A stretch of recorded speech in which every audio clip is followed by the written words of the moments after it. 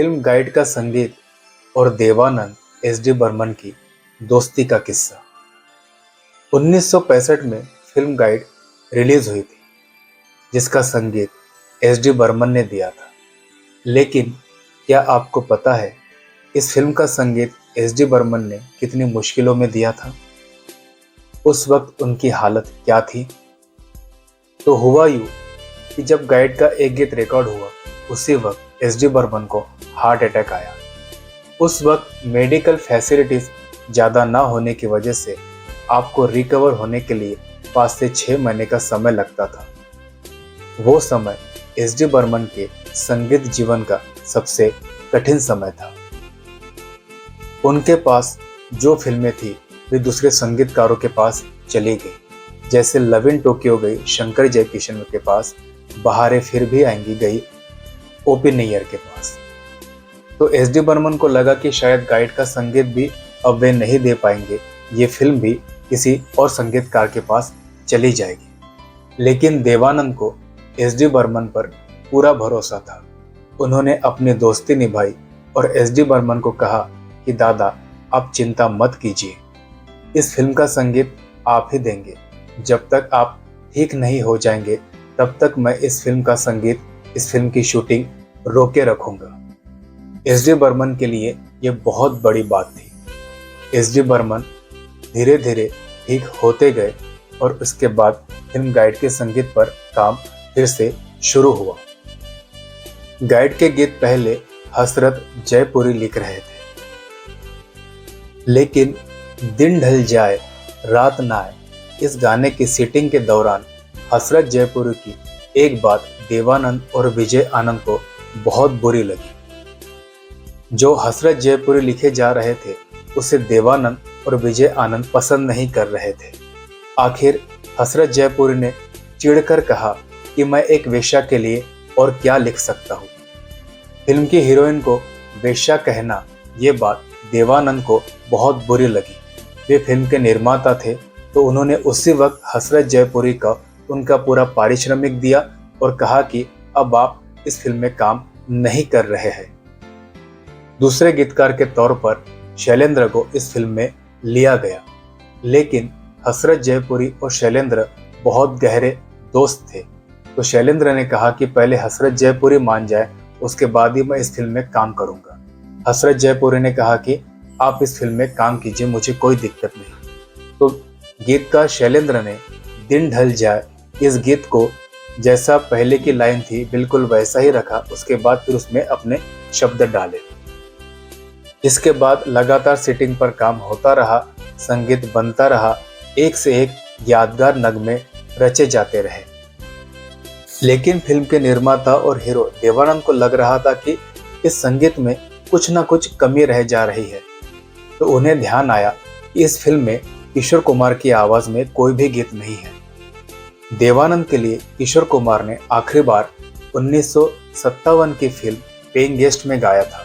उसके बाद किशोर कुमार अभिनय की वजह से देवानंद के लिए गा नहीं पाए थे और इस फिल्म के लिए देवानंद को किशोर कुमार की आवाज में एक गीत चाहिए था। तो उन्होंने संगीतकार एस.डी. बर्मन से कहा कि दादा, आप इस फिल्म के लिए किशोर कुमार को गीत गाने को बुलाइए। तो एस.डी. बर्मन ने किशोर कुमार को कहा कि किशोर, तुम्हें इस फिल्म में देवानंद के लिए एक गीत गाना है। किशोर कुमार एस.डी. बर्मन को अपना गुरु मानते थे, इसलिए एस.डी. बर्मन की बात को वो टाल नहीं पाए और इस फिल्म में गीत गाने के लिए हामी भर दी। वो गीत था गाता रहे मेरा दिल तू ही मेरी मंजिल। गीतकार शैलेंद्र को बुलाया गया, उन्होंने फटाफट इस गीत को लिखा। गीत रिकॉर्ड हुआ और निर्देशक विजय आनंद ने इसे बहुत खूबसूरती के साथ फिल्म में प्रस्तुत किया। इस फिल्म का एक और गीत जिसे लता मंगेशकर ने गाया था, आज फिर जीने की तमन्ना है, आज फिर मरने का इरादा है। इस गीत को रिकॉर्ड होने में काफी समय लग गया। जब फिल्म की यूनिट उदयपुर पहुंची तो गीत तब तक बनकर तैयार नहीं हुआ था। देवानंद ने संगीतकार एस.डी. बर्मन को फोन लगाया और कहा कि अभी तक आपने गीत को क्यों नहीं भेजा। एस.डी. बर्मन ने कहा कि माफ कीजिए, गीत रिकॉर्ड होने में काफी समय लग गया, लेकिन ये जो गीत बना है इसे लोग सदियों तक याद रखेंगे। ये गीत मुख्यतः अंतर ऐसे शुरू होता है, कांटों से खींच के ये आंचल, पैरों में बंधन बांधे पायल। इस फिल्म के लिए देवानंद को सर्वश्रेष्ठ अभिनेता, वहीदा रहमान को सर्वश्रेष्ठ अभिनेत्री, निर्देशक विजय आनंद को सर्वश्रेष्ठ संवाद तथा निर्देशन के लिए फिल्म फेयर पुरस्कार मिले। लेकिन एस.डी. बर्मन को सर्वश्रेष्ठ संगीतकार का पुरस्कार इस फिल्म के लिए नहीं मिला। ये एस.डी. बर्मन के लिए बहुत बड़ा धक्का था। उन्हें लगा कि इस फिल्म का संगीत जो उन्होंने तैयार किया है वो संगीत सदियों में एक बार तैयार होता है, और उन्हें पूरा विश्वास था कि उस वक्त का फिल्म फेयर का पुरस्कार उन्हें जरूर मिलेगा। लेकिन ये पुरस्कार मिला शंकर जयकिशन को बहारो फूल बरसाओ इस गीत के लिए।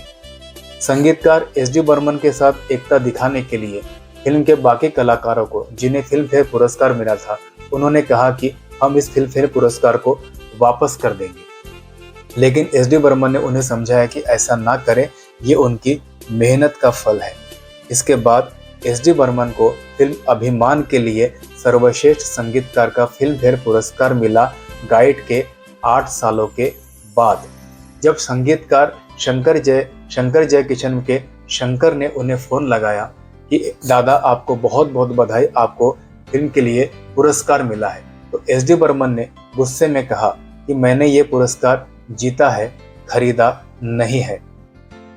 तो ऐसा था किस्सा फिल्म गाइड के संगीत का, देवानंद और एस.डी. बर्मन की दोस्ती का। इसके बाद भी देवानंद और एस.डी. बर्मन की जोड़ी ने तीन देविया, ग्यामलर, प्रेम पुजारी, तेरे मेरे सपने जैसी सुपरहिट्स फिल्में दी, जिसका संगीत भी बेहद लोकप्रिय हुआ। जब तक एस.डी. बर्मन जिंदा रहे, देवानंद का साथ उनके साथ बना रहा। इसके बाद देवानंद ने एस.डी. बर्मन के पुत्र आर.डी. बर्मन के साथ भी बहुत सारी फिल्मों में काम किया। ऐसे ही किस्से और जानकारी के लिए आप मेरे चैनल को लाइक, फॉलो और सब्सक्राइब कीजिए, और ऐसे नए नए किस्से मैं आपको सुनाता रहूँगा। बहुत बहुत धन्यवाद।